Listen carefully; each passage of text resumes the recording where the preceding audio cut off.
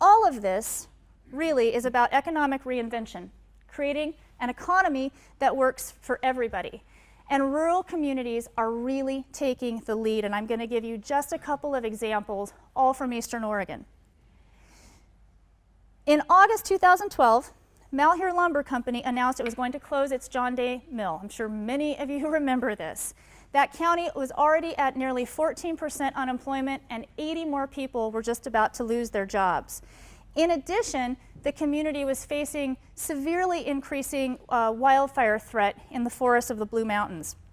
Instead of losing hope, that community pulled together.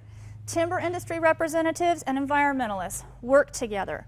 The U.S. Forest Service made an unprecedented effort to get a contract put together in 6 months. They did 6 months worth of work, or excuse me, 2 months worth of work in 6 months to address this community need and the fact that the community was collaborating to tackle this problem.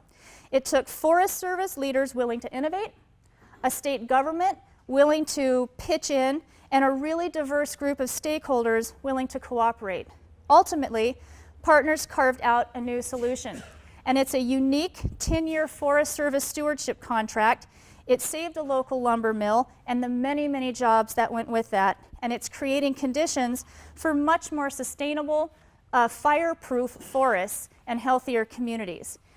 Right here in La Grande, Boise Cascade, they innovated by adapting its mill facility to process smaller thinning and biomass materials that get some of that ladder fuel out of the forest. It improves forest health, and it's enabled them to add 58 new family wage jobs right here in this community. We're going to be touring the facility later, and I cannot wait to see that and hear their stories personally.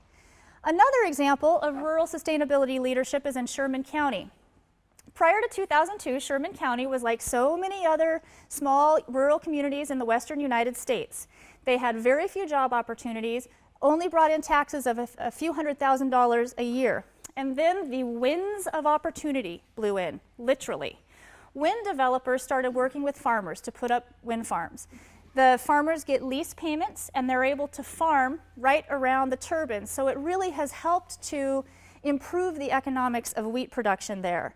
The wind farms so far have brought in more than $17 million in property taxes and investments into Sherman County. In an innovative, forward-looking approach, county leaders take 20 to 30% of all the revenue generated from wind and put it into a rainy day and community development fund. And they've used that for everything from buying school supplies for kids to building a new city hall and a new school. Additionally, this is truly innovative, and this is the first of its kind in the United States.